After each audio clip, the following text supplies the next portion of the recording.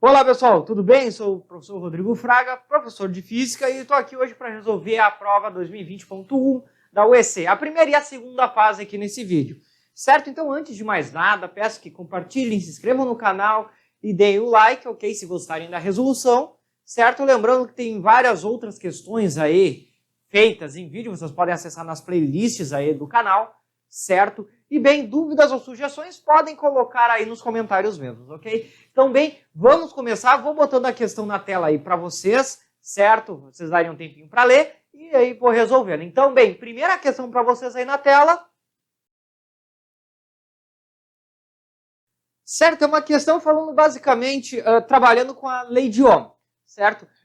Quer saber qual a corrente elétrica que vai passar, que passa uma pessoa quando ela está molhada e encosta numa tomada de 220 volts, certo? Basicamente, ok? Então, o que nós temos ali para representar uma pessoa é o quê? É um circuito elétrico simples, onde a fonte de tensão é de 220 volts, ok? E a resistência, bem como a pessoa está molhada na questão, ali como diz, a resistência dela vai ser de 1000 ohms, certo? E com isso aplicamos então a segunda lei de Ohm. V igual a RI, né? V a diferença de potencial, a DDP, a tensão, R a resistência e a corrente que queremos achar. Como V é 220 volts, R é 1000, basta isolar na expressão para acharmos a corrente elétrica, né? 1000 multiplica, passa dividindo. Vamos ter 220 divididos por 1000, igual a I, certo? Bem, fazendo a divisão por 1000, vai se achar 0,22 amperes. Né? Que daí se pensa, não tem ali na tabela um intervalo de valor que compreenda este número aqui, né? Claro, porque na tabela, se vocês forem ver, está pedindo em miliampere. Ok? E bem, para passar de ampere para miliampere, podemos multiplicar simplesmente por 1000, né? Fazer a transformação. Temos 1000 miliamperes por ampere. Ó, vai cortar ampere com ampere, sobra miliampere. Então, I vai ser igual a 220 miliampere, né? Por quê? Porque eu vou dividir por 1000, vou multiplicar por 1000 depois, então poderia ser achado direto aqui, né? Então o valor da corrente que passa por uma pessoa que está molhada e coloca o dedo, por exemplo, na tomada 220 volts, vai tomar um choque de 220 miliamperes, certo? Bem, na tabela ali vemos que para acima de 200, né, para uma corrente maior que 200 miliamperes, a pessoa vai ter graves queimaduras e parada cardíaca, né? Então corresponde aí nessa questão a alternativa de letra A. Lembrando vocês, a prova é a prova 4, se não me engano, que eu utilizei aqui para fazer esse vídeo, certo? Então aí, primeira questão envolvendo lei de Ohm, ok? E bem, segunda questão colocando na tela aí para vocês. Essa segunda questão aí vai falar basicamente, né, da panela de pressão e entender ali com relação ao ponto de ebulição, certo? E compara, onde é que é mais eficiente o uso da panela de pressão?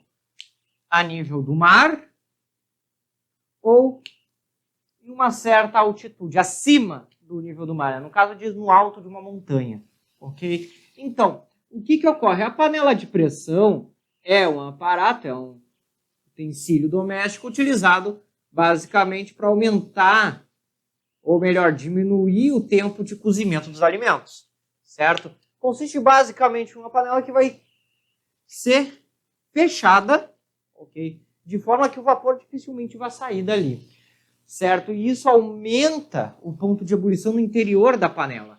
E bem, uma panela usual, certo?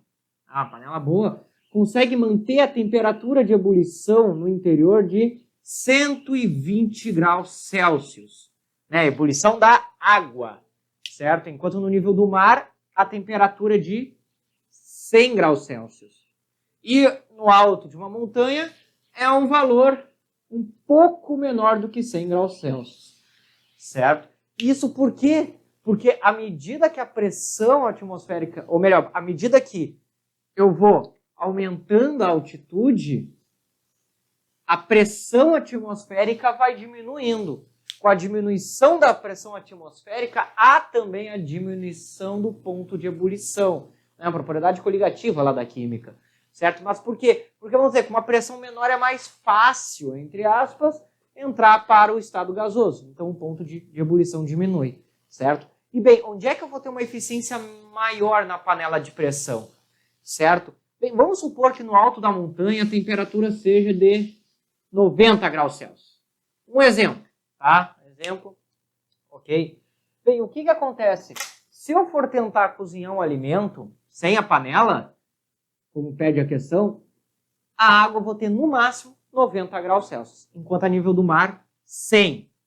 Se eu utilizar a panela de pressão, a temperatura vai para 120. Então, daqui para cá, ó, eu tenho um aumento de 30 graus Celsius, enquanto a nível do mar, o aumento é de 20. Bem, se eu for analisar a eficiência como, né, o aumento ali, onde é que é mais vantajoso?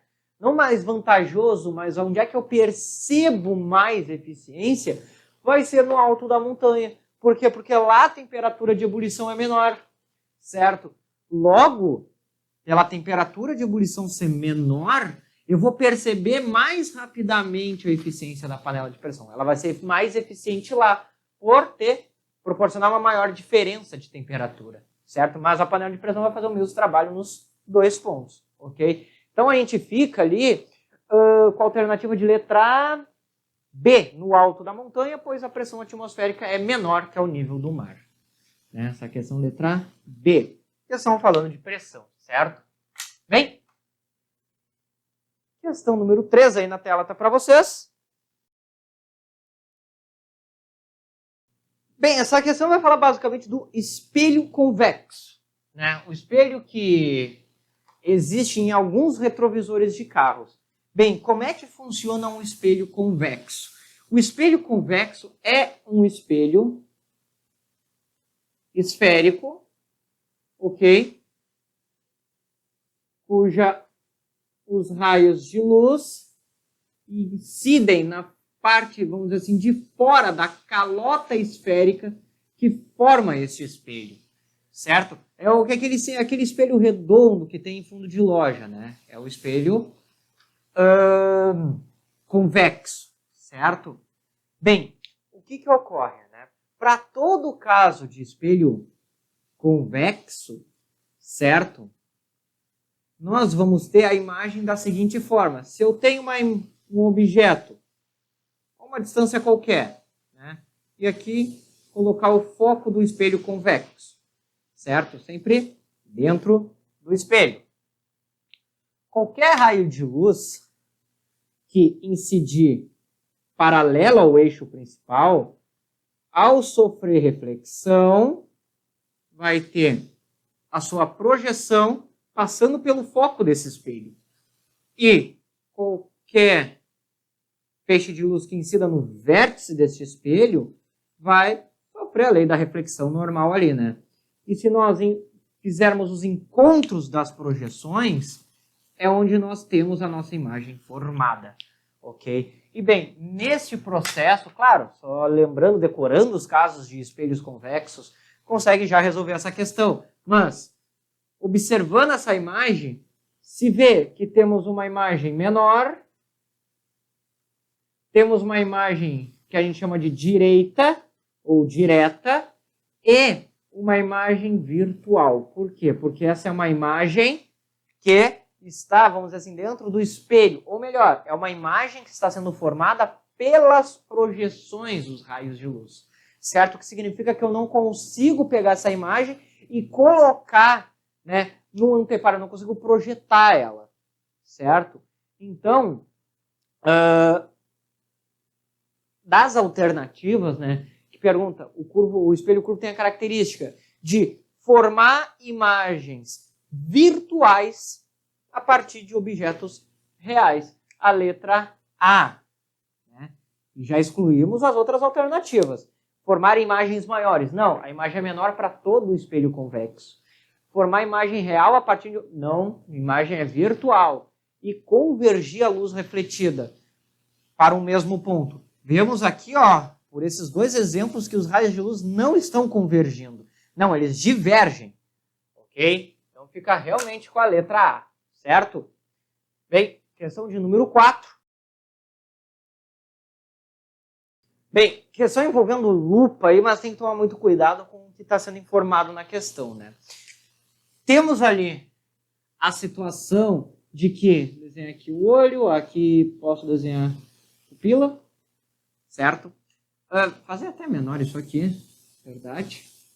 Mas deseja-se que os raios de luz oriundos da lupa ou oriundos do objeto cheguem paralelos, né, entre si no olho, tá? Ou paralelos com o eixo principal, tá? Como está dizendo ali. Mas bem, vai chegar em paralelo, certo? Se eu tiver um ponto emitindo luz, certo? Eu vou ter que utilizar uma lente, né, a lupa, ok? E bem, como é que vai ser essa lupa? Tem que ser algum tipo de lente que vai ser ou convergente ou divergente. Mas bem, se eu tivesse, certo? Por exemplo, uma lente divergente, ok? Eu não ia conseguir este efeito, pois o próprio nome da lente já diz, uma lente divergente vai ser o quê? Uma lente que diverge. Então, para eu ter raios paralelos, a luz teria que incidir dessa maneira, ok?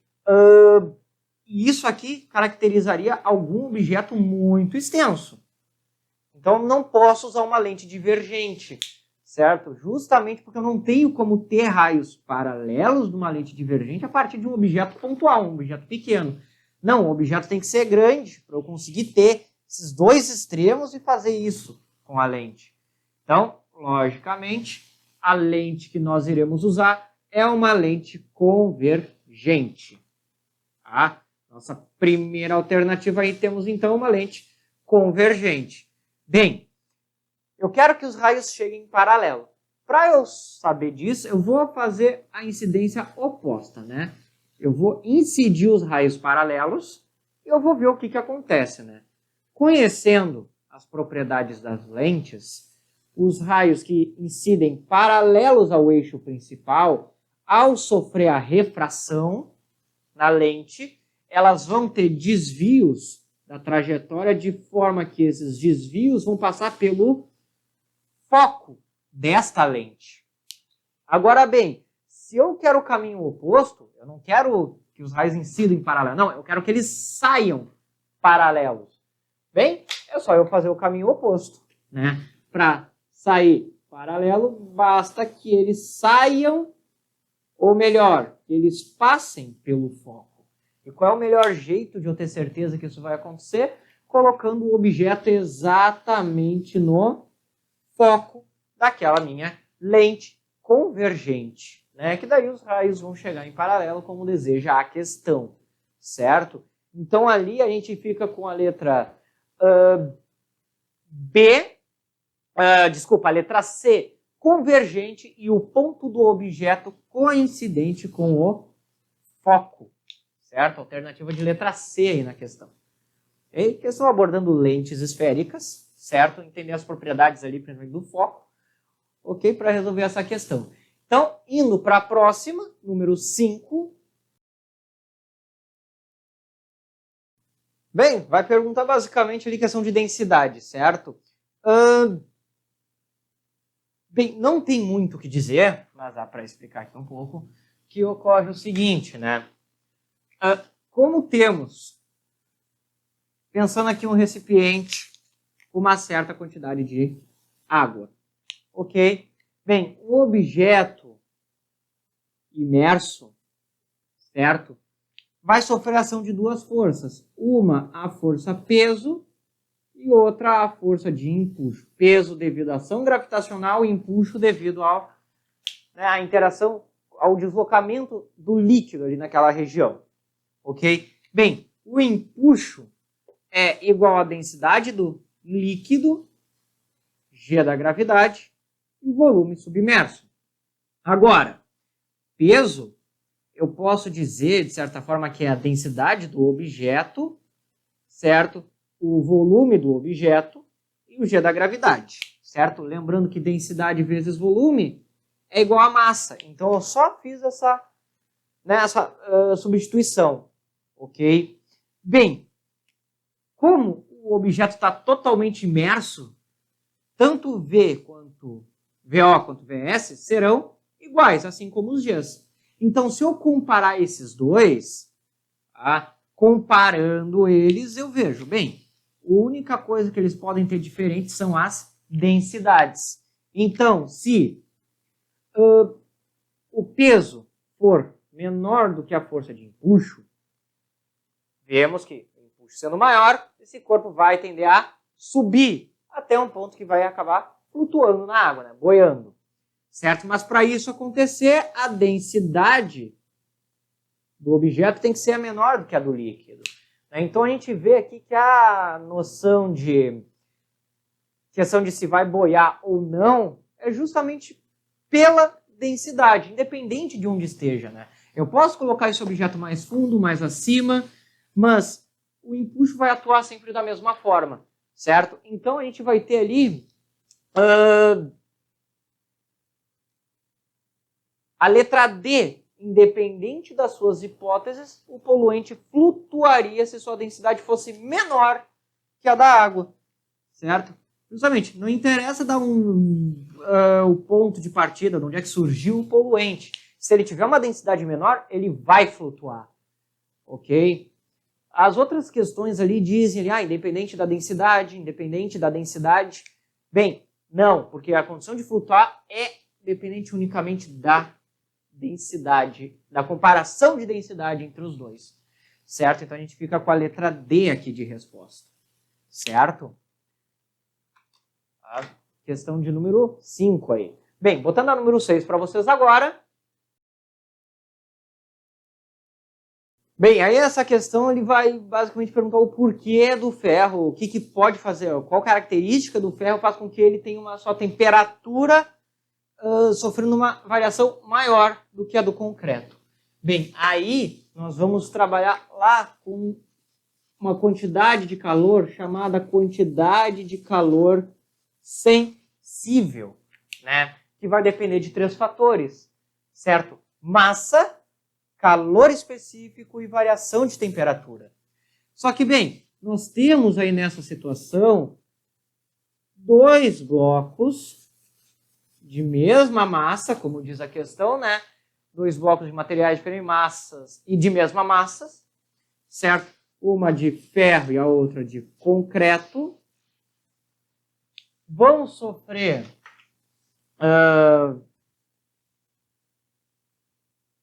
térmicas os dois vão ser aquecidos em fontes térmicas idênticas durante o mesmo tempo, ou seja, é como se os dois fossem colocados juntos no mesmo forno, certo?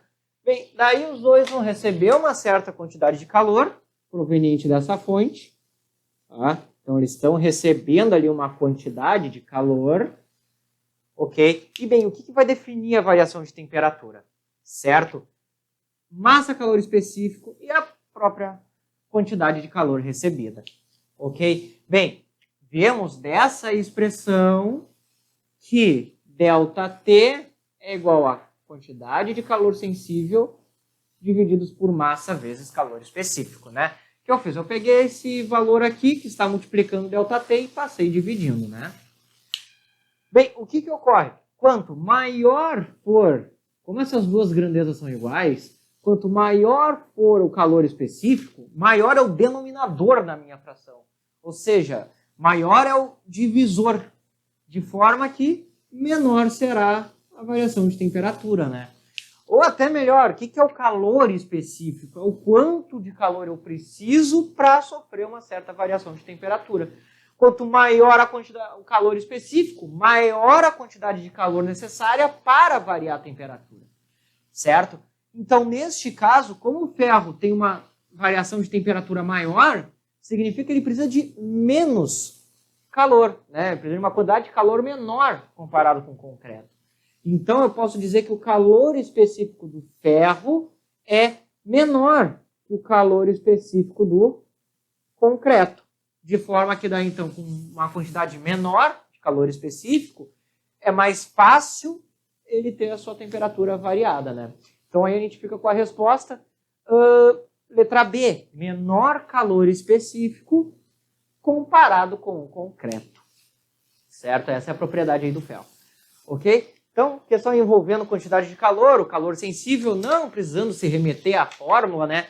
Mas só o entendimento do calor específico que ele é, na verdade. Certo? Então, colocando a próxima aí para vocês. Questão envolvendo, então, pressão hidrostática. Certo? Pressão hidrostática, daí aplicada num ponto qualquer, numa certa barragem.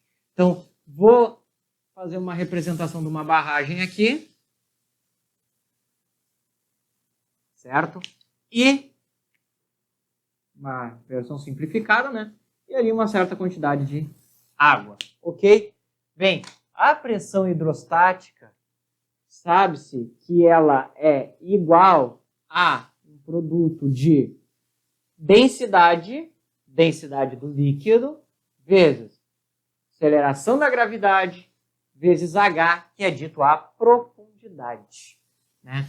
Então, por exemplo, se eu tenho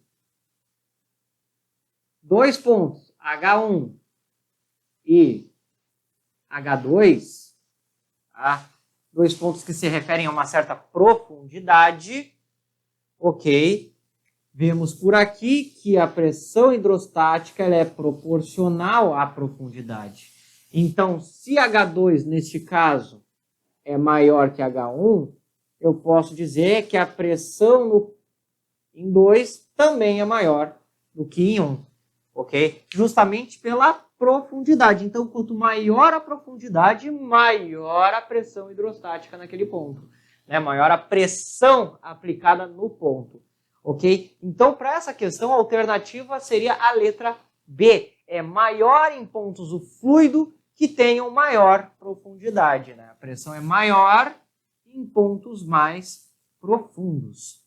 Ok? Aí, questão remetendo à pressão hidrostática. Né? Claro, não precisa entender sobre a fórmula, só o próprio conceito, né? Mas eu gosto de trazer um pouco dos dois aqui, certo? Então, bem, indo para a questão de número 8. Bem, aí então a última questão da primeira fase, daí então já entramos para a segunda, ok? Questão envolvendo aí equilíbrio estático. Bem, temos ali um navio, ok? Fazer aqui uma representação, certo? E este navio diz na questão que está em equilíbrio estático com, né, equilíbrio estático em relação ao mar, certo? Bem, sabemos que nessa situação vamos ter dois conjuntos de força, assim como na questão anterior, né, falando do empuxo, aqui vai entrar novamente força-peso e a força de empuxo. Bem, sabendo simplesmente do conceito de equilíbrio estático, já se deduz a questão que a força resultante deve ser igual a zero. Ok? Então, só nisso eu já digo, bem, o vetor força resultante é nulo. Né? E isso por quê? Porque eu tenho a situação de equilíbrio estático. E para isso ocorrer, veja, como eu só tenho essas duas forças, pois eu estou desconsiderando quaisquer tipos de forças dissipativas, para isso acontecer, só se o módulo da força de empuxo for igual ao módulo da força-peso. Então, das alternativas aí, a correta é qual? A letra B. Né? A correta afirmar que é vertical para... desculpa, é letra C. nula a soma vetorial da força peso com a força de empuxo. O que é a soma vetorial, né? É juntar esses dois vetores, certo? Peso mais empuxo, vetor peso mais vetor empuxo, vai resultar num vetor nulo, né? Esse mais aqui é por fato de soma vetorial, mas vendo que o peso tem um sentido oposto, certo? Acaba entrando um sinal de negativo aqui, que daí transforma isso numa subtração, certo? Por isso que aqui eu só remeti aos módulos, não peguei aos sinais, certo? Então aí a gente fica com a letra C, certo? E daí então finalizamos ali a primeira fase, ok? E agora a próxima questão vai vir, primeira questão da segunda fase da UEC 2020.1, certo? Então já colocando na tela para vocês. Então, pessoal, primeira questão aí da segunda fase da prova da UEC 2020.1, ok? Tá falando, basicamente, de movimento, a trajetória parabólica, certo? Bem, conhecendo o movimento lançamento oblíquo, certo? Sem atrito, teríamos uma trajetória parabólica, certo? Porém, na presença de força de atrito, essa trajetória é alterada para alguma coisa mais ou menos assim, podemos dizer, né? Não tanto desse jeito, mas ela vai deixar de ter essa forma parabólica. Por que isso? Porque uma trajetória parabólica ocorre devido à ação unicamente da aceleração gravitacional, enquanto uma trajetória, um lançamento oblíquo na presença de força de atrito, vamos ter a força-peso provocando aceleração gravitacional e uma força de atrito que sempre vai apontar na mesma direção que o vetor velocidade, porém no sentido oposto, certo? Então, enquanto em todos os pontos eu tenho a força-peso vertical e para baixo, a força de atrito, olha só, vai apontar na mesma direção do vetor velocidade, porém no sentido oposto, que é o que caracteriza a força de atrito do ar, certo? Então, com isso, a gente descarta a alternativa B, a alternativa C e a alternativa D, né? Pois a alternativa C e D se refere à força de atrito ao sentido e à direção dela. Não é sempre vertical ou sempre horizontal. Não. Sempre contra o sentido da velocidade. E a trajetória não vai ser mais parabólica. Não, vai ter um outro formato, daí a gente não tem um nome específico para isso, mas é um formato que não é parabólico, certo? O que me sobra é a questão do alcance, que é o que se espera, né, de uma força de atrito. Diminuir o alcance, ok, que um corpo poderia ter, certo? Então ficamos com a alternativa de letra A aqui, tá? Questão número 1 da segunda fase.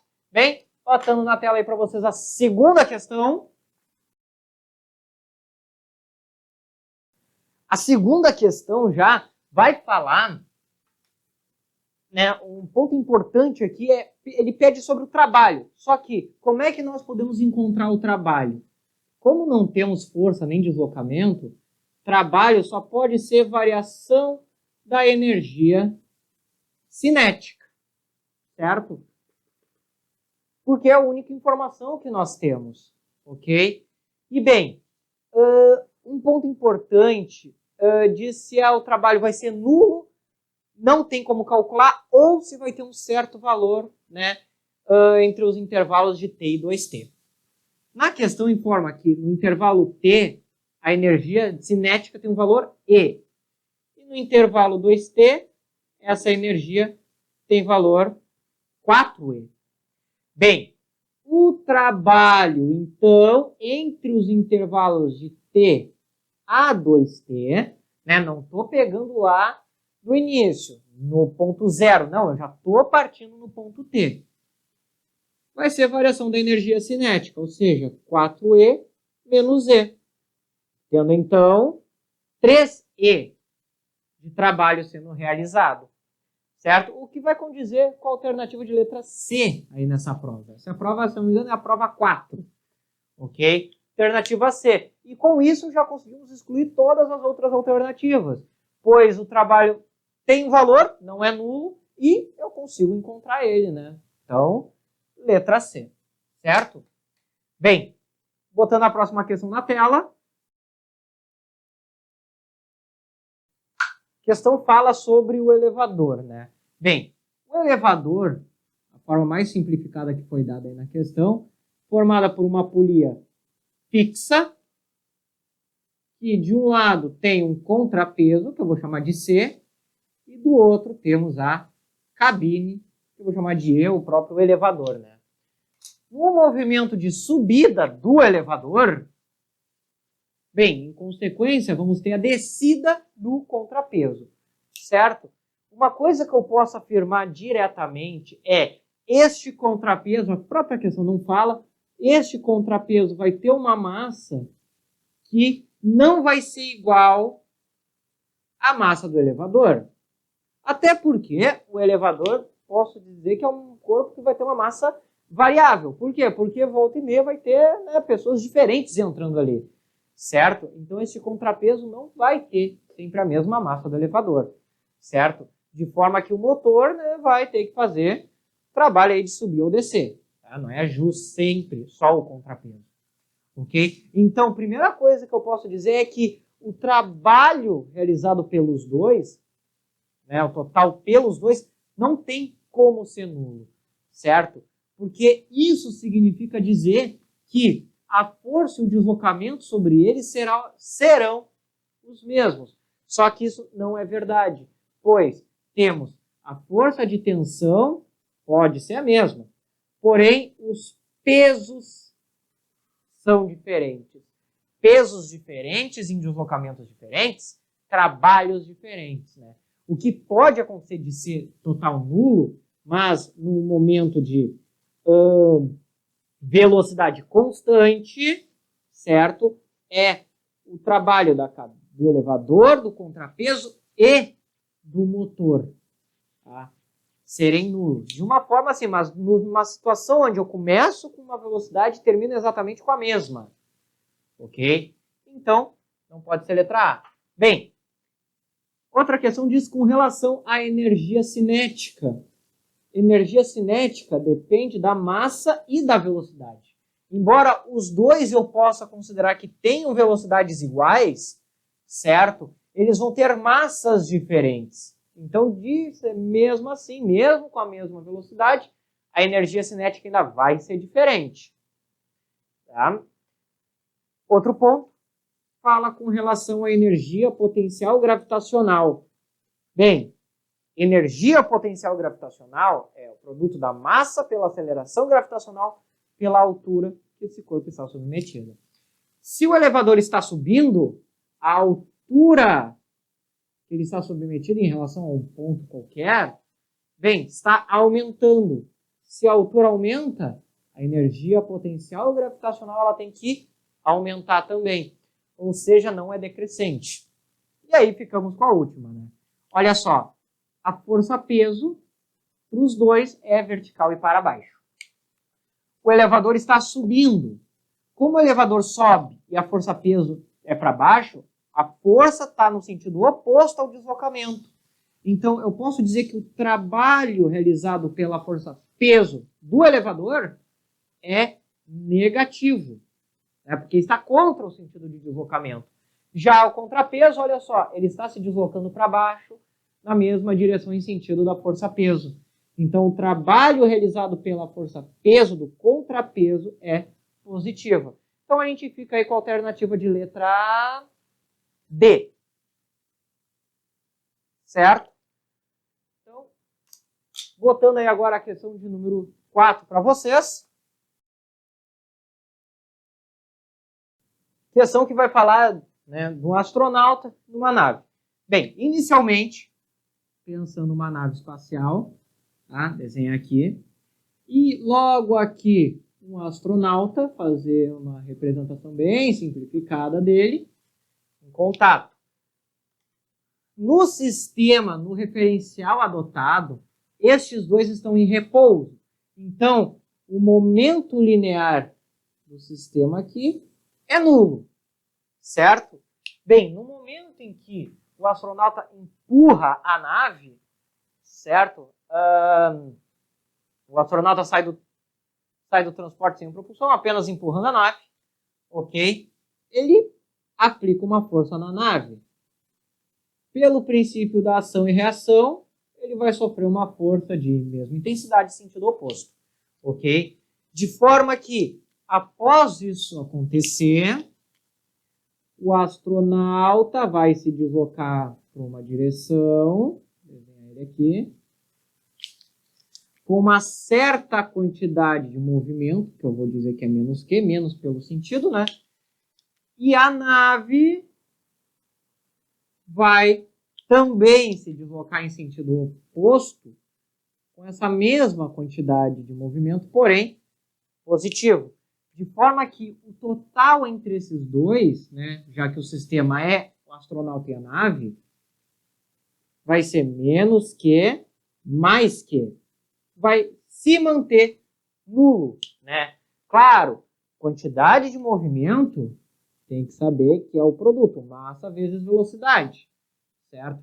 Bem, os dois recebem a mesma quantidade, sofrem a mesma variação de quantidade de movimento, porém em sentidos opostos, ok? Mas não significa que terão a mesma velocidade. Para um corpo de massa maior, vai ter uma velocidade menor. Se a nave é milhões de vezes mais massiva que o astronauta, a velocidade que ela vai obter é milhões de vezes menor, certo? Então isso aí mantém a situação de conservação de quantidade de movimento, que é o que está sendo trabalhado aqui, e vai condizer com a alternativa de letra A. Cadê? Sistema composto pela nave? Não. Sistema composto pela nave. Momento linear total é 0D. Né? Momento linear total é 0. Certo? Total, eu digo, do astronauta e a nave. Se eu fosse analisar um deles só, bem, o sistema seria só um deles. Mas não, o sistema são os dois. Então, a quantidade de movimento de um sistema isolado não se altera. Tá? Botando a próxima questão de número 5.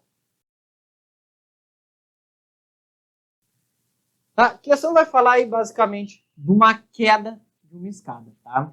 Então, olha só. Temos aqui uma escada, representação, fazer as hastes da escada aqui, e uma pessoa, né, pendurada nessa escada enquanto está caindo. Ok? A própria questão diz que a trajetória que essa escada vai seguir compreende o arco de uma circunferência. E a força é sempre... A força de reação normal da escada sobre a pessoa é sempre radial a este arco. Né? Isso por quê? Podemos dizer, a pessoa está pendurada na escada como eu desenhei aqui, a força que cada haste vai fazer é uma força vertical para cima. Né? Mas, porém, a escada está sofrendo esse deslocamento aqui, ou seja, neste dado ponto, temos o vetor velocidade. Bem, como a força é radial, essa força normal, em qualquer ponto, este vetor vai ser perpendicular ao vetor velocidade. E devido a isso, devido a essa característica de serem perpendiculares, o trabalho realizado por essa força vai ser nulo. Né? Trabalho, ou melhor, forças que são perpendiculares ao sentido do movimento não geram trabalho. Então, o trabalho da força normal vai ser nulo. Ok? Isso porque não é essa força que vai fazer o corpo ir para o... Não é uma força para cima que empurra algo para a esquerda. Isso é meio ilógico a gente pensar isso. Né? Outro motivo, bem, trabalho, força vezes deslocamento vezes cosseno do ângulo. Como o deslocamento se dá no mesmo sentido da velocidade, cosseno é de 90 graus. Só que, bem, cosseno de 90 graus é igual a zero. Então, isso aqui tudo vai ser zero. Uma outra maneira. Então, a gente vai ter a alternativa letra D, nulo, certo? Pois a força de reação é perpendicular ao deslocamento. Tá? Então, bem, questão de número 6 aí agora. O que diz a questão de número 6? Certo? Fala sobre o centro de massa entre dois carros, tá? Bem, fazer aqui uma situação bem rápida, ok? Mas bem, como temos dois carros idênticos, tá? É fácil de entender que o centro de massa desses dois carros é o ponto médio entre eles, né? Então, se aqui é 0 e aqui é um x, né, a distância entre os dois é x, ou d, aqui vai ser x sobre 2. Ou seja, é sempre o ponto médio, né? Então, olha só, se um carro está com uma velocidade v e outro com uma velocidade 2v, entende-se que após um intervalo de tempo, devido à velocidade relativa entre eles, a distância entre esses dois carros vai ser maior. Só que o centro de massa continua sendo o ponto médio. Aqui eu vou chamar de x' agora. Então aqui x' sobre 2. Continua sendo o ponto médio entre eles. Então, se eu for comparar aqui esses dois pontos, vemos que a distância entre os centros de massa, a distância que cada um dos carros vai ter do centro de massa, vai tender a aumentar, né? Há uma taxa, na verdade, a cada 100 metros, por exemplo, que esses carros se distanciam, né, é 50 metros que o centro de massa se distancia deles, ok? Devido a essa questão aqui da metade, certo? Bem, então, com isso, nós podemos chegar diretamente na letra A, aumenta com o passar do tempo. É uma situação, uma questão um pouco intuitiva, né? Certo? Como é sempre o meio, se eu aumentar a distância entre eles, a distância que eles vão ter do ponto médio também vai aumentar, né? Bem, questão número 7 aí agora. A questão número 7 ela vai falar sobre, né, misturas de substâncias. Bem, temos ali um reservatório que eu vou chamar de Q, de água quente, e um reservatório F, que seria a água à temperatura ambiente, mas que eu vou chamar de água fria aqui, ok? Bem, na mistura desses dois, eu vou ter o que seria uma água morna, né? Chama de M. Só que a temperatura dessa água morna ainda é maior que a temperatura do ambiente, que eu vou chamar de T0, certo? Por quê? Porque se a água fria está numa temperatura T0 e essa aqui é a temperatura quente, o que acontece é que, para se manter o equilíbrio térmico, de acordo com a lei zero da termodinâmica, tem que haver transferência de calor da fonte do corpo mais quente para o corpo mais frio. Porque assim, o corpo quente diminui a temperatura, enquanto o corpo frio aumenta e eles chegam num ponto em comum. Só que este ponto em comum ainda é acima da temperatura ambiente, né? Então, o primeiro ponto, a transferência de calor da água quente para a água fria na mistura. Só que, bem, devido à falha no isolamento térmico, né, essa água morna entra em contato com o ambiente. Como a temperatura dessa água morna continua sendo maior do que a ambiente, é a água morna que a gente vai considerar como sendo o corpo mais quente. Então, devido à falha, ele transfere calor para o ambiente. Ou seja, a transferência de calor da fonte quente para a fonte fria, da água quente para a água fria do misturador, e no trecho entre o misturador e a saída do chuveiro, certo? Vai haver uma perda de energia térmica, ok? E haveria ganho se a temperatura da água morna fosse menor do que a do ambiente. Só que, bem, como eu estou misturando água quente com uma água temperatura ambiente, bem, esse aqui vai ter a sua temperatura elevada. Ou seja, no final eu vou ter uma água ainda maior que a temperatura ambiente, né? Então aqui, letra D, certo? Questão de número 7. Bem, questão de número 8 na tela para vocês. Bem, essa questão número 8, ela tem um grave problema, um erro de gabarito, na verdade um erro na própria questão em si, né? Eu vou mostrar para vocês o que acontece. Veja só, Ali diz que eu tenho 100 colunas sustentando um prédio. Então, eu posso dizer que 100 vezes a força de cada coluna é igual ao peso do edifício. Né? Fc é a força que cada coluna faz. Como eu tenho 100 colunas, 100 vezes a força de cada uma sustenta o prédio, mantém o equilíbrio. Só que quando essa coluna quebra, certo? Quando uma dessas colunas quebram, o que nós vamos ter agora? 99 forças de uma coluna linha. Porque essas 99 colunas agora vão ter que fazer uma força a mais. Ok? Por isso que uma força diferente, para manter a mesmo modo do peso do edifício, para manter o equilíbrio. Então, a partir disso, eu vou ver o quanto cada uma ganha. Bem, daqui, olha só, isolando FC, FC igual ao peso do edifício, que eu vou chamar só de P agora, divididos por 100. Enquanto nessa aqui, a força de cada coluna, depois que uma delas quebrou, né, vai ser o peso do edifício divididos por 99. Tá?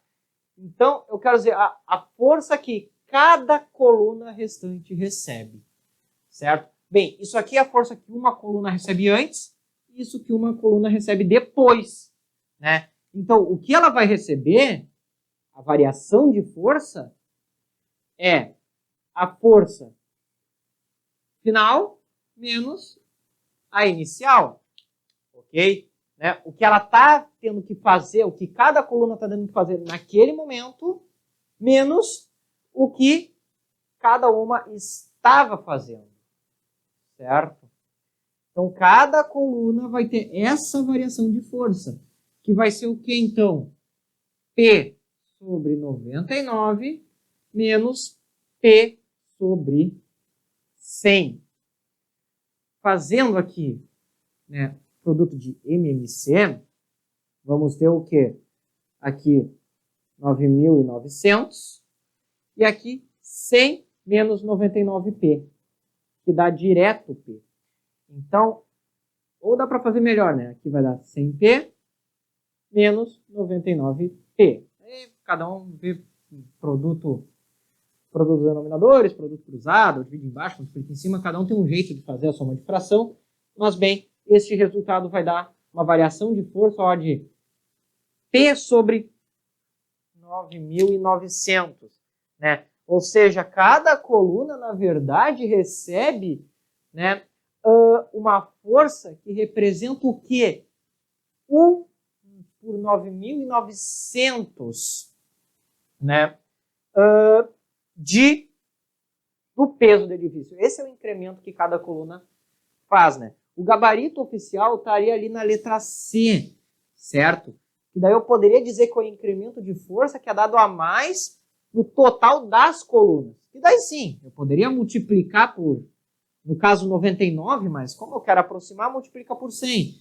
Vai ser mais ou menos, né, P sobre 99. Ou seja, a variação de força é 1/99 do peso, mas isso para todas as outras colunas. Né? No caso, a questão está dizendo cada coluna. Então, cada uma vai ter este incremento de força. Ah, vai ter um valor muito pequeno. Até porque cada coluna já estava carregando 1/100. Então, eu vou pegar esse 1/100, né? Esse 1/100 de força que foi, dizer assim, perdida, e eu vou distribuir isso para outras 99 colunas restantes. Né? Então, cada coluna vai ter isso aqui a mais. Né? Então, temos um probleminha aí no gabarito dessa questão. Certo? A questão acaba ficando sem gabarito. Ok. Questão de número 8. Tá? Bem, questão número 9. Botando aí na tela para vocês. Número 9, questão envolvendo torque. Certo? Bem, quer saber onde é que eu tenho, né, o maior torque possível ao tentar derrubar uma árvore. Então, desenhar aqui uma tentativa de desenhar um pinheiro, tá? Ok?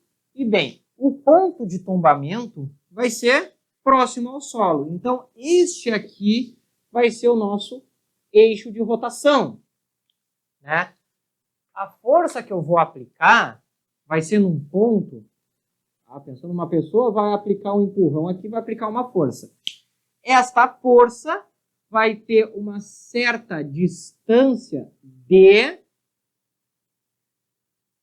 do eixo de rotação, né? Aqui o nosso vetor de deslocamento, ali, D, braço de alavanca, ok? Bem, o torque, nós sabemos que é um produto vetorial entre o braço de alavanca e a força aplicada, né?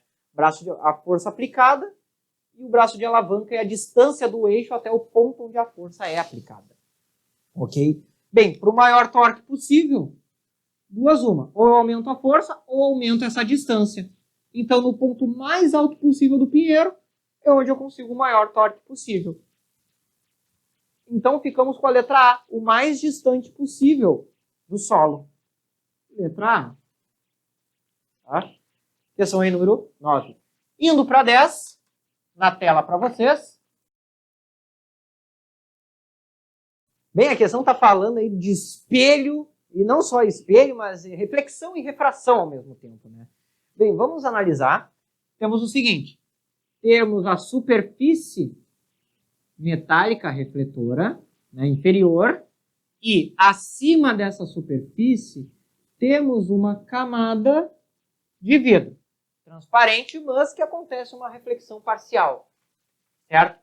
Bem, olha só, temos então a incidência de um feixe de luz, que, com relação à reta normal, faz o ângulo φ de acordo com a questão, né? Ele não diz bem onde é que está esse ângulo φ, mas vamos encarar que seja o ângulo de reflexão, né? Ou melhor, o ângulo de incidência, né? Bem, pela lei da reflexão, o raio vai sofrer um desvio da sua trajetória de forma que faz exatamente o mesmo ângulo φ com a reta normal. Só que parte deste feixe se dividiu e entrou para o vidro, né? Daí, obedecendo a lei da refração. Temos aqui é φ, eu vou chamar de um θ, certo? Onde θ é menor do que φ. Devido à refração, o ângulo, né, do ar para o vidro tende a diminuir esse ângulo com a normal. Então, nós vamos ter essa incidência, que novamente, olha só, se aqui é θ, aqui também vai ser θ. E o ângulo de reflexão dentro do vidro também vai ser θ. A reta normal, a incidência, também vai ser θ, né? Fazendo esse desenho aqui maior, temos isso aqui, ó. Há basicamente uma simetria, onde aqui é θ, aqui vai ser θ. Temos retas paralelas. Pela lei da reflexão, aqui também tem que ser o mesmo ângulo. Retas paralelas também. Então, 1, 2, 3, esses 4 ângulos serão iguais. Só que olha só, se o raio que incide com φ sai com θ, se eu fazer o caminho oposto, entrou com θ, vai sair com φ. Tá? Então, olha só, esses dois raios acabam saindo, né, paralelos entre si, certo? Os dois com o mesmo ângulo φ. Alternativa letra D. Aí. Tá? Então, ali, saber analisar, só entender a lei da refração e a congruência de triângulos, conseguem, né, acertar essa questão. Então, bem, botar aí para vocês a número 11. A questão de número 11, tá, já trabalha com associação de resistores, né? Mas aí ele trabalha com uma associação em particular, que é associação triângulo, que eu vou ter 3 resistores iguais, no caso, 3 lâmpadas incandescentes, certo? Associados de uma forma que compreende, então, um triângulo. Tá? Bem, é escolhido 2 pontos ao acaso. A sorte de ser um triângulo é que não tem muita opção. Eu vou pegar 2 pontos. Tá? Se eu for pegar esse aqui, por exemplo, para colocar o meu terminal positivo, a questão quer saber, né? O que vai acontecer se eu ligar essas lâmpadas de qualquer forma que seja, né? Vou escolher um aqui ao acaso. Bem, só tenho duas opções para escolher o terminal negativo. Ou este, ou esse. De qualquer forma, vou pegar esse aqui, por exemplo, para ser negativo, tá? De qualquer forma, eu vou ter sempre dois caminhos para sair do positivo para o negativo. E um deles é passando por uma lâmpada ou passando pelas duas. Por duas, né? Se eu trocar, botar esse ponto aqui, bem, vai dar na mesma. Eu não tenho como chegar. Ou eu chego através de uma lâmpada ou eu vou chegar através de duas. Independente dos pontos que eu escolho. Por isso que a questão deu essa liberdade, porque não tem opção, né? E o que acontece?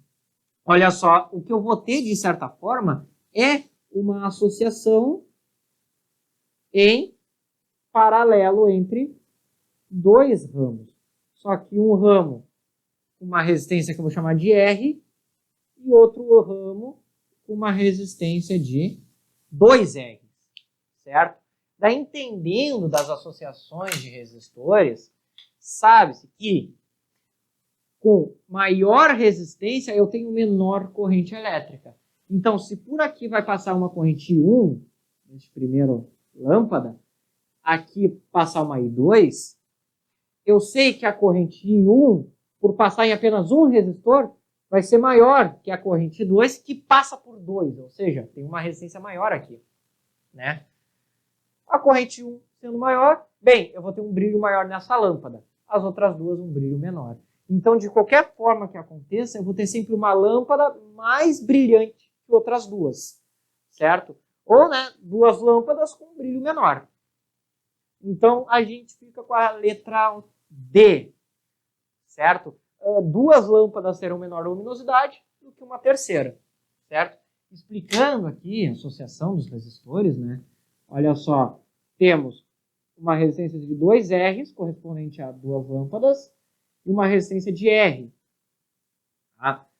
Aqui eu vou chamar de, como eu chamei de I2, e aqui embaixo I1. Uma associação em paralelo vai obedecer a seguinte relação, né? R I1 igual a 2R I2. Né? Pois os dois têm a mesma diferença de potencial. Cortando R, chegamos à conclusão que I1 é 2 vezes I2. Ou seja, a corrente I1 é maior do que a corrente I2. Tá? Alternativa letra D. Certo? E bem, botando a número 12 aí para vocês.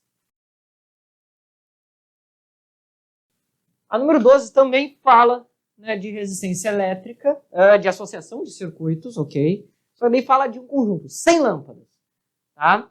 Bem, como fazer 100 lâmpadas não ligarem? Temos o positivo e o negativo.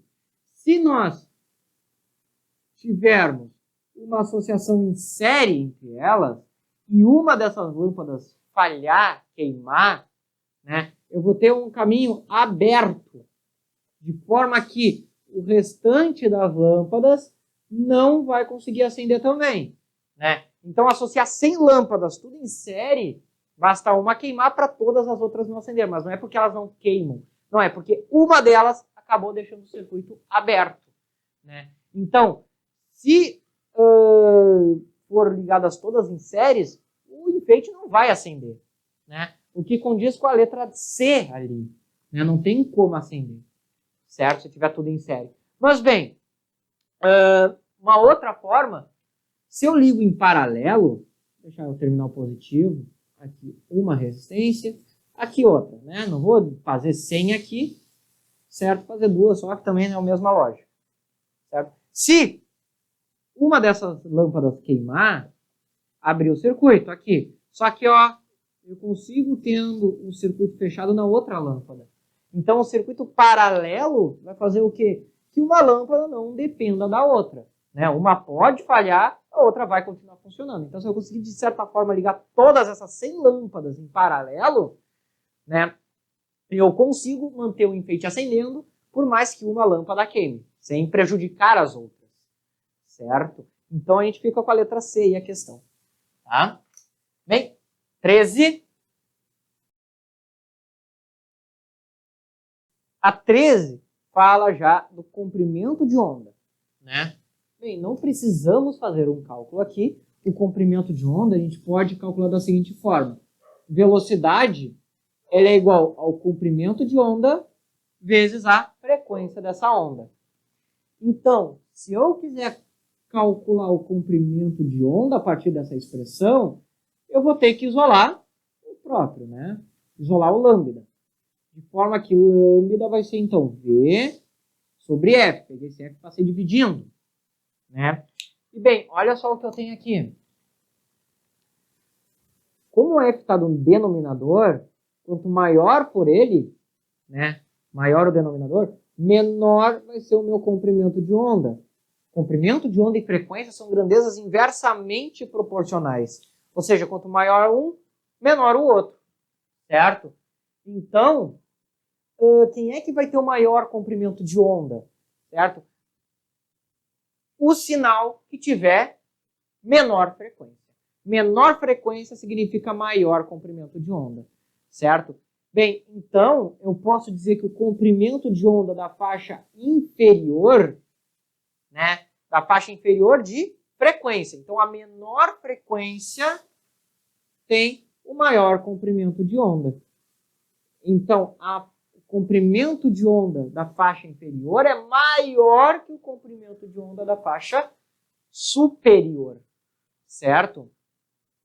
E a outro ponto se remete à velocidade. Bem, a velocidade de uma onda eletromagnética é a velocidade c da luz, né, que é o 3 vezes 10 na 8 metros por segundo ou 300 mil quilômetros por segundo. Né? Bem, isso aqui se sabe que da relatividade, que a velocidade da luz ela é igual, constante, igual a c para todos os referenciais inerciais. Né? Então ali nós temos inferior na letra A, e na letra C, que o comprimento é maior. Só que a letra A diz que a velocidade, né, de propagação dessa onda, ela é variável em função do movimento do dispositivo. Não, a velocidade é constante para qualquer referencial inercial. Certo? Então a gente vai ficar com a letra C. Né? Propagação constante igual a da luz. Pois a ondas de rádio é um tipo de onda eletromagnética. Né? A velocidade da luz não se condiciona apenas à luz, não, a todo o espectro eletromagnético. Então ficamos ali com a letra C de resposta. E vamos então para a questão número 14, certo? Na tela para vocês. Bem, questão envolvendo a quantidade de movimento, só que não é um corpo empurrando o outro, agora a situação oposta, é um encontro entre dois corpos, dois vagões de trem, né? Bem, fazermos o eixo, tá? Só que aí não é bem uma colisão em si, ele também trata do centro de massa, que esse é o ponto importante, né?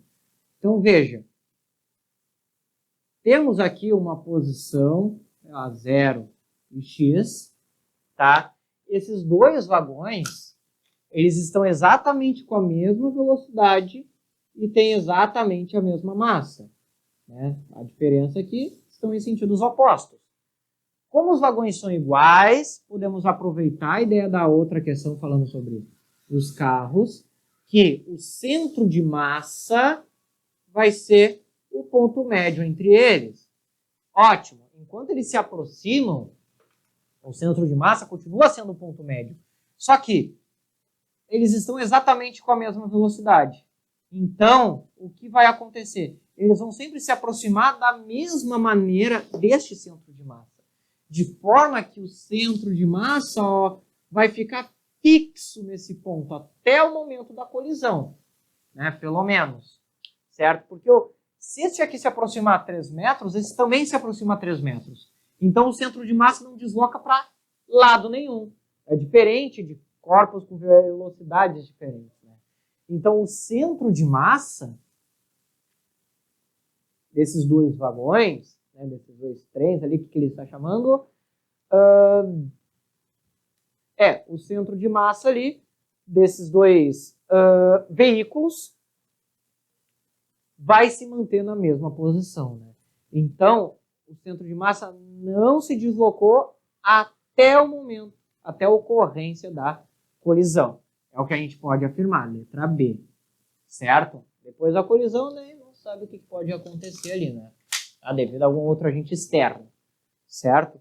Bem, questão número 15 aí na tela para vocês. Bem, a questão número 15, tá, vai dar a situação de duas formas diferentes, né, de interpretar o problema. Uma delas, né, as duas envolvendo a mesma situação, que é um corpo num plano inclinado, tá? Mas a situação 1 é decompor os componentes tangenciais e perpendiculares ao plano, certo?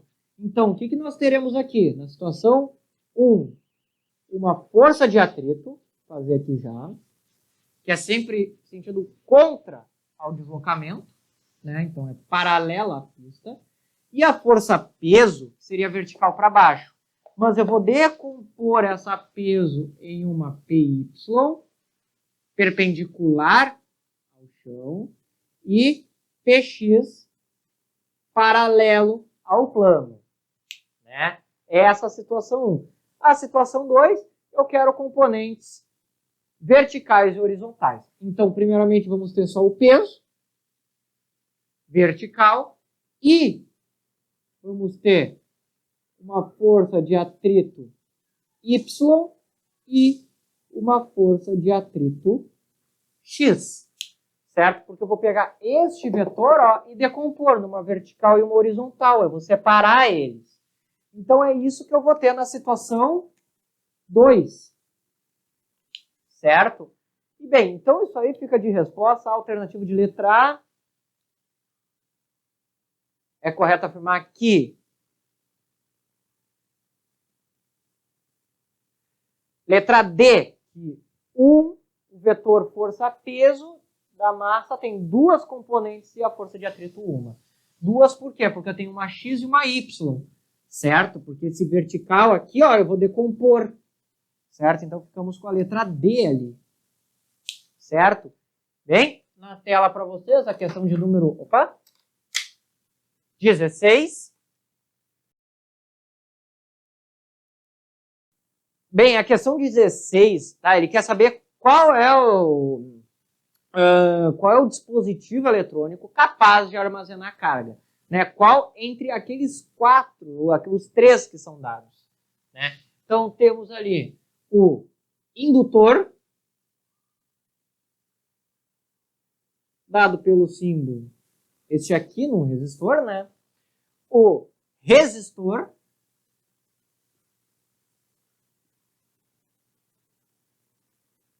e o capacitor. Bem, apenas um deles que é caracterizado por ser capaz de armazenar carga, que é o capacitor. Tanto que a capacitância, certo, é dado pela razão quantidade de carga sobre V. O resistor, ele é basicamente um dispositivo que ele não armazena carga. Não, ele gera resistência ao circuito. A tendência dele é diminuir corrente elétrica no circuito, né? Dissipar energia. E o indutor, e a ideia é de induzir corrente elétrica, né? Ele vem lá da ideia do eletromagnetismo, da indução eletromagnética. Então ele vai induzir corrente, ele não armazena carga, ele induz, certo? Tanto que a gente diz que a indutância, ou melhor, né, a tensão que ele gera é igual à indutância dividido pela variação da corrente elétrica sobre ele. Né? Daí gera, né, indução, que a gente chama de indutância, porque é uma resistência até, um impedimento, uma diminuição da tensão. Então, o único que consegue realmente armazenar carga elétrica é o capacitor, né, que a gente fica com a letra C de resposta aí. Certo? Questão de número 16. Indo então para 17, na tela aí para vocês.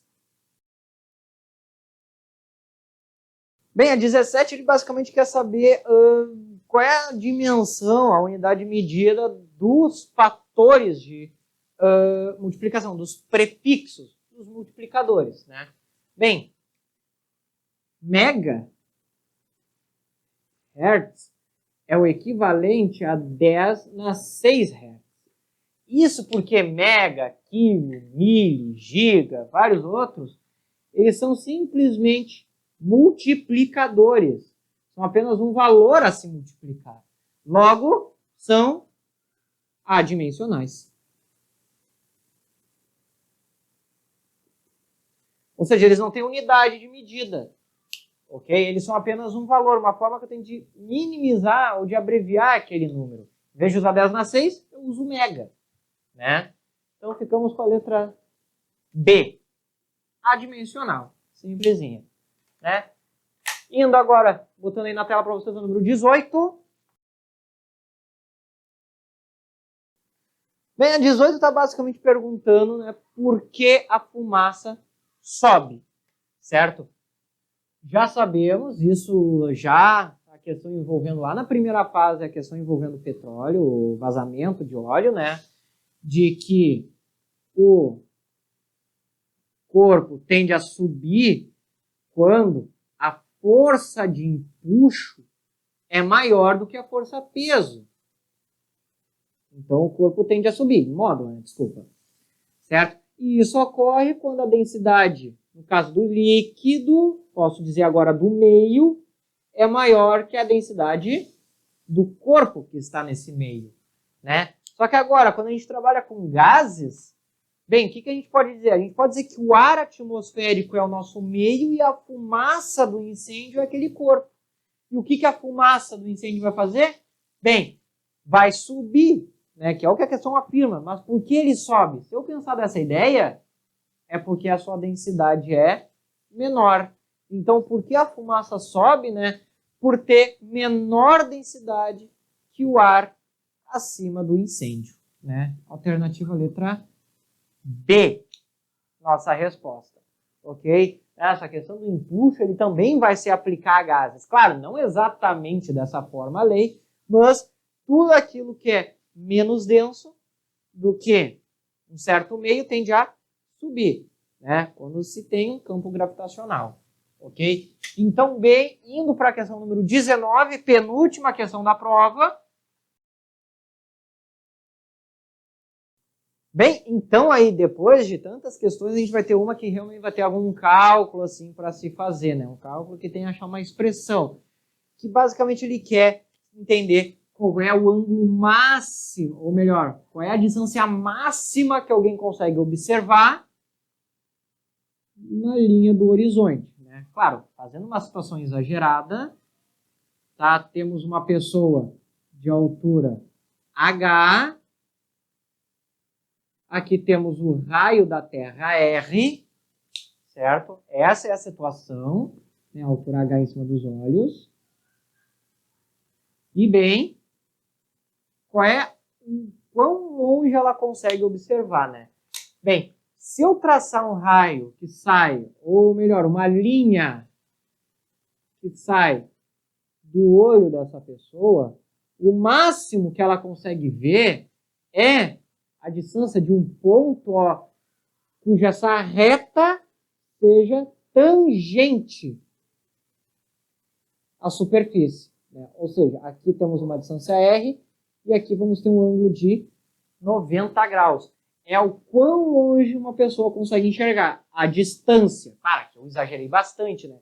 Mas bem, tu vai tentar ver e tu só consegue ver até este ponto, né? Porque depois disso, se tentar enxergar aqui, ó, já não dá. Por quê? Porque já está, né, meio que dentro da Terra. Não vai conseguir enxergar. Então, essa é a situação máxima. E veja o que nós temos aqui. Temos basicamente um triângulo retângulo. Ó, vou desenhar ele aqui. Então, temos aqui, eu vou chamar de D. Aqui o ângulo reto. Então, tem D com 90 graus, temos o R. E quem é que está sendo a hipotenusa aqui? Isso aqui tudo, ó. R mais H. Aplicando o teorema de Pitágoras, temos então que R mais H ao quadrado é igual a R ao quadrado mais D ao quadrado, né? A hipotenusa ao quadrado, que daí, como não é só um H, é H mais R, pego H mais R ao quadrado. Igual a soma dos quadrados dos catetos, R e D. Como eu quero D, esse R eu passo para o outro lado subtraindo. Então, eu vou ficar com R mais H ao quadrado menos R ao quadrado igual a D ao quadrado. Aplicando a raiz em toda a expressão, achamos que D é igual a raiz de R mais H ao quadrado menos R ao quadrado. Tá? Então, ficamos aí com a alternativa de letra D. Uma questão envolvendo aí já encontrar alguma expressão, mas o que nós temos é basicamente um teorema de Pitágoras aí sendo aplicado. Só tendo que tomar cuidado com, né, esse valor R mais H, só que mesmo assim nem precisa fazer, né, abrir essa multiplicação. Ok? Basta isolar o D e aplicar a raiz, certo? Então, bem, indo para a última questão na tela para vocês. Então, bem, a última questão, tá? Vai querer basicamente saber o quê? A autonomia do motor elétrico, né? Ou seja, o quanto ele consegue ir, qual a distância máxima que ele consegue percorrer com uma bateria totalmente carregada. Então, olha só. Primeiramente, né, temos que ver a quantidade de energia fornecida ao motor dessa bateria. E a quantidade de energia é o quê? Potência vezes intervalo de tempo. Certo? Bem, a potência é onde ele está sendo carregado, que é uma potência de uma fonte de 2 kW. Certo? O tempo de recarga, a própria questão diz, é de 5 horas, então intervalo de 5 horas. Então a energia fornecida pela fonte é de 10 kWh. Essa a energia fornecida pela fonte, né, pelo carregador da bateria. Tá? O que a gente tem que saber agora? Bem, o quanto que essa bateria vai utilizar, né, de carga. Né? Qual a quantidade, o carregamento ali, certo? Seja armazenada, o quanto dessa energia é armazenada nessa bateria. Bem, a questão diz que a energia armazenada, eu vou chamar de a energia armazenada, é 80% disso. Ou seja, os 10 kW vezes 0,8. Né? Tá? Aqui eu estou trabalhando com a porcentagem na sua forma decimal. Claro, alguns podem preferir trabalhar com a regra de 3, onde o 10 kWh é 100%, x seria 80%. Vai chegar ao mesmo resultado. Então, a energia armazenada, né, a quantidade de carga armazenada na bateria, vai ser de 8 kWh. É isso que a bateria vai utilizar no carro. Né? Dos 10 que a bateria forneceu, que o carregador, a fonte forneceu, 8 ele utiliza para energia na bateria. Bem, agora o último dado da questão é que 1 kWh, certo, é consumido em 6 km de corrida. Aí seria uma outra regra de 3, né? 1 kWh eu consumo 1 kWh a cada 6 km rodados. Bem, 8 kWh daria um X. E neste caso, né, eu posso dizer que a distância máxima que eu posso percorrer vai ser de 8 vezes 6, ou seja, 48 quilômetros. Letra D. Certo? Então, a última questão aí da prova UEC 2020.1, da segunda fase. Certo? E bem, a resolução, então, foi essa, todas as questões. Quaisquer dúvidas ou sugestões, vocês podem colocar nos comentários. E bem, se gostaram, se eu ajudei de vocês de alguma forma, peço que se inscrevam, compartilhem, curtam o vídeo. Certo, pessoal? Então, bem, por hoje é isso. E desejo a vocês bons estudos e até a próxima!